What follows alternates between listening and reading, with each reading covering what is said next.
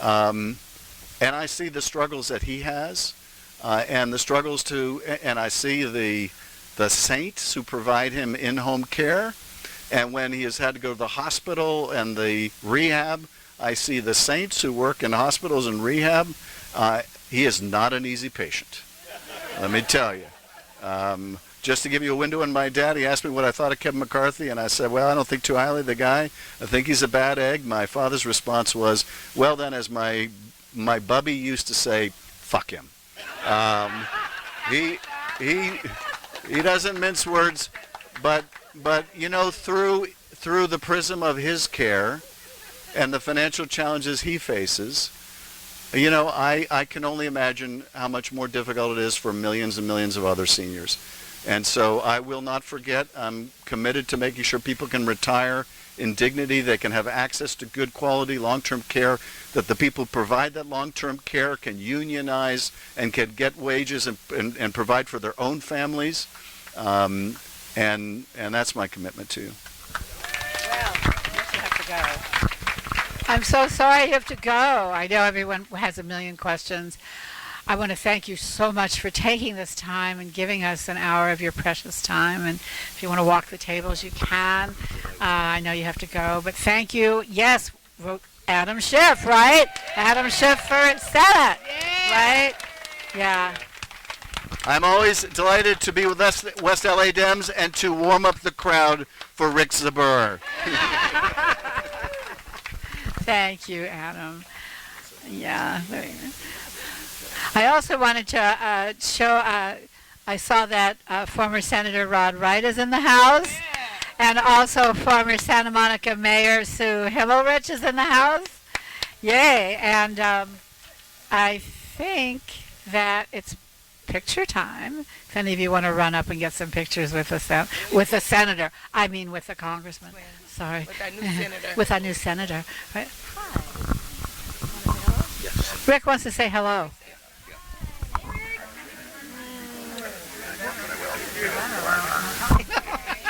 I'm so bad. Okay, I will. What's your picture? Let me just wait until he gets out. Where do I sign in?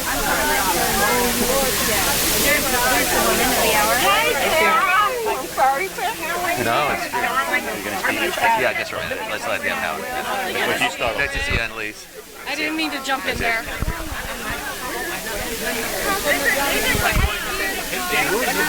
I am. Okay, hey, I'm Kelly Willis. I'm the secretary for the club, but I'm also I'm the AV guy. So you're gonna be on camera and on mic. So Thank you. Let's wait for a minute. Thank you. My daughter's in... No.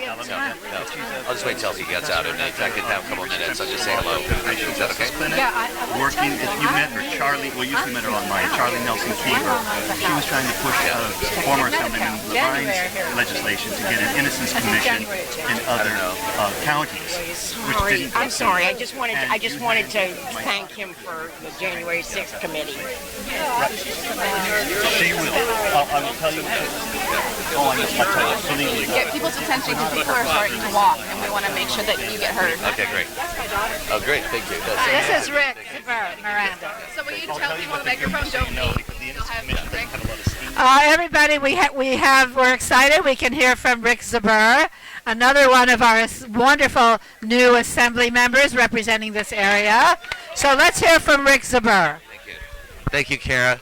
So I'm not going to take too much time. I know we just had our my incredible member of Congress and the person who I hope will become our new United States Senator. Thank you, Cedar Fox. Thank you. It's really great to be here. You know, I met many of you when I was running, and when I was running, I keep telling people it was a weird time because so much of the campaign, I didn't see people in person. I just thought people had a head and shoulders and lived in a little box like Hollywood Squares. And so it's really nice now to be able to sort of get out and meet so many of you in person. You know, I am really excited to be able to work with Tina. We just got our seats got moved recently, and so we're right next to each other now on the assembly floor.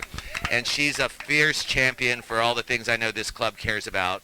You know, we are ending now a a legislative session, and we've got a lot of things that are really important that are coming up. I'm really excited about the new leadership, our new Speaker Rivas. One of the things that Tina and I both support is the $25 minimum wage for healthcare workers, and we both strongly support that. But the reality is that there are some health facilities like the Venice Clinic and some others that were really at real risk of potential closing because they don't have, if you have a lot of Medicare and Medi-Cal support, and that's 60, 70, 80%, you don't have a lot of room to make up those pay differences unless you can get reimbursed by that. And I'm really, really proud that the speaker is the person who stepped in on this and brought the hospitals and the clinics and the labor unions together, and I think we're very, very close on having a deal that that are going to keep our clinics alive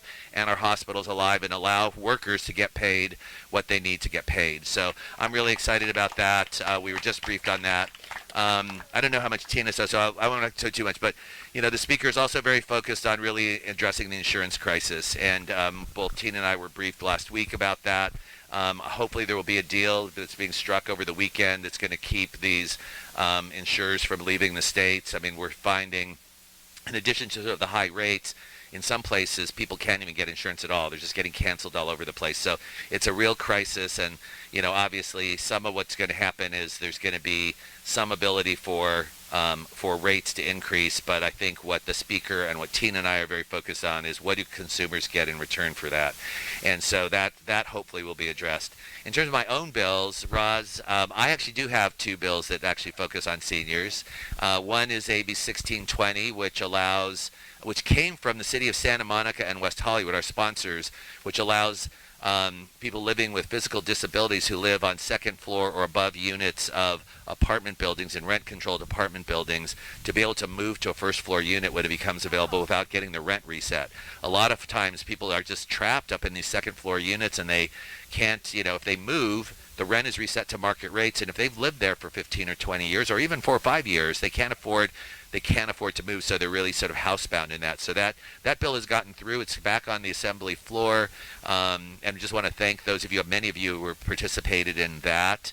I've got one that became a 2-year bill. I know I've talked to Michael Soloff about this, and he's a big advocate for it, but it's the California Housing Security Act, which provides rent subsidies for low-income seniors, for people living with disabilities, people that are former foster youth, veterans, people that are highly housing insecure, to try to help keep them in their housing. I'm really focused on the area that I believe I can add things to is how do we prevent the 10,000 people that become newly unhoused. And some of that is actually, it's more compassionate, it's actually more economic to sort of help people stay in their houses than actually having them become unhoused. And then all the things that come about with being unhoused. Sometimes we know that, that there are high rates of mental illness and substance use among the unhoused. Some of that is, some of this, they become unhoused because of the fact that we don't have good mental health and substance use services. But many folks have the mental illness and the substance use as a result of becoming unhoused. So, that bill is something that we've talked to the governor's office. It became a 2-year bill. As you might expect, it's really expensive. But we were able to do it not in a pilot program, if you think about it, if we took those 10,000 people and we were able to sort of keep them in their houses with this subsidy program, with a 2-year up to $2,000 a month subsidy program, that would cost us about $500 million to keep people in their house. If you actually wait until they're unhoused and then have to actually deal with building them house, and it's cost $6 to $10 billion. So, just from an economic perspective, this really makes sense. And really, I want to ask all of you to help me make sure that this is something that is really elevated. I'm really happy that, Tina and I are very close to the new speaker. I'm now the new Democratic caucus chair, so I'm going to have a different role next year. But that's one of my big bills. And I won't talk to the others other than I'll talk about two for just like 30 seconds, then I'm going to give it back to Cara because I know you guys all want to eat. I'm really proud that that AB 5, which is the Safe and Supportive Schools bill, which requires school teachers in the state of California to get cultural competency training to help keep our LGBTQ kids in the schools and really deal with all of these issues. That has passed and is basically going to is coming back for concurrence. I undoubtedly will pass the assembly. We'll get to the desk of the governor. And then I've been focused on something that's not one of my bills, but I hope you will call your legislator. You don't have to call me or Tina because we're fine on that. We're both good on this. But SB 253, which is basically the key climate bill this cycle, we don't have the votes yet. We're at 37 votes. We need to get 4 more. So if you have friends, especially in I think all of us in the central area of LA are all supportive of it, but it's basically some of these more moderate areas. We're very, very close. I've been spending a lot of my weekend making calls, trying to help the bill author and help California environmental voters get that over the line. But that's a really important bill, and so stay tuned. We need to do everything we can. The climate crisis can't wait. This is a bill that requires corporations of over $1 billion in revenue. So this isn't small businesses. It's big corporations to report their climate emissions. There's Scope 1, Scope 2, and Scope 3. And there's been a lot of opposition for business. But if we don't know what emissions they have, then, I think that the biggest reason for this bill is basically the transparency. When we know what a corporation is doing, it will put pressure on them to reduce emissions on their own. And that's why this is sort of more important, so important. So anyway, I'm going to stop there. I want to thank you all. Cara reminded me that I actually may not be a member, so I'm going to be rejoining today. And I actually did just tell my political folks, I said, can you go through all of the clubs that I may have lapsed on? I said, Mike, I'm going to Santa Monica, if I'm not on, that's going to happen in a week. So, but anyway, I just want to thank you all. It's really nice to see you. Thank you for everything you do. What you do on the ground is so important. I mean, it really is the fuel to help us achieve the progressive goals that we all have. And just know, Tina and I work together on a lot of things. We're both members of the Progressive Caucus, and Tina is a force to be reckoned with there, one of the leaders of the caucus in trying to make sure we're electing more progressive members to the assembly. So thank you all for having me today. Thanks. Yeah, that's great. Thank you, Rick.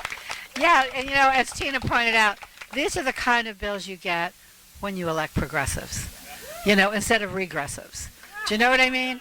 So let's keep that in mind and put our votes where they matter. We have, our club is so big, we have 3 main assembly districts. We have District 61, Tina McKinner. We have District 51 now, right? Rick Zbur. And we have District 55. What's his name again? Oh, yeah, Isaac Bryan. Of course I knew his name. So, I mean, he's a new majority leader, right?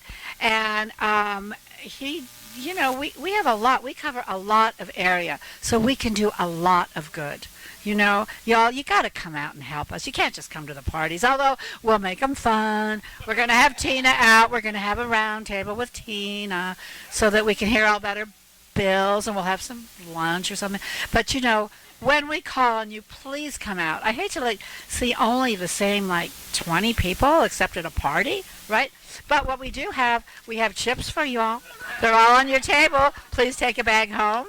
There's more food, I think. Oh no, maybe it's gone. Oh well. Anyway, thank you all. I mean, you know what?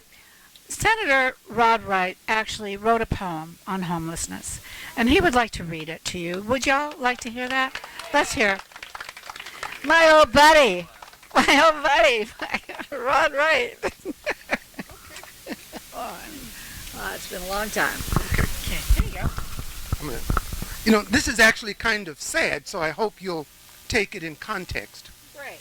Born to be ignored, homeless people, Lord knows you can't afford their sorrows.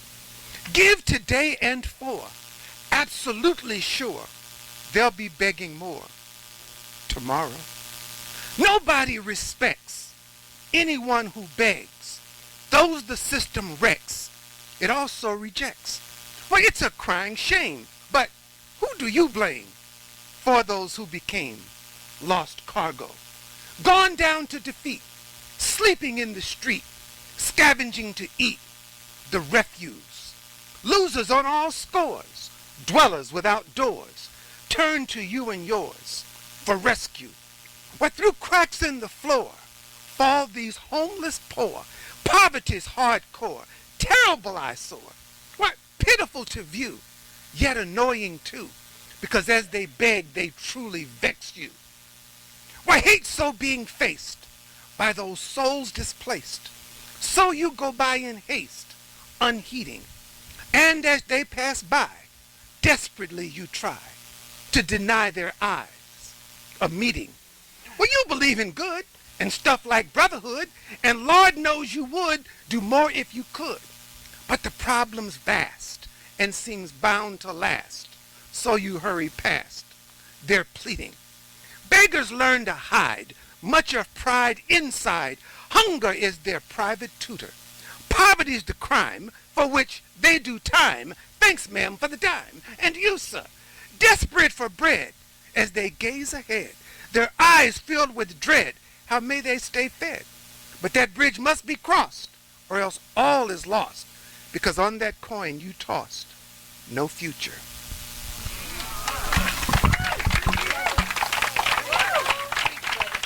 Beautiful. Food for thought and gratitude, right? Gratitude, y'all. Don't forget gratitude.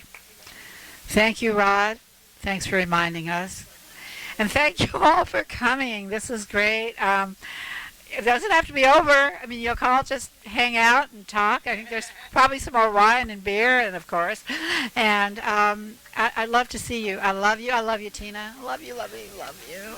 And thank you so much. And we'll see you at the next whatever. Okay, bye-bye.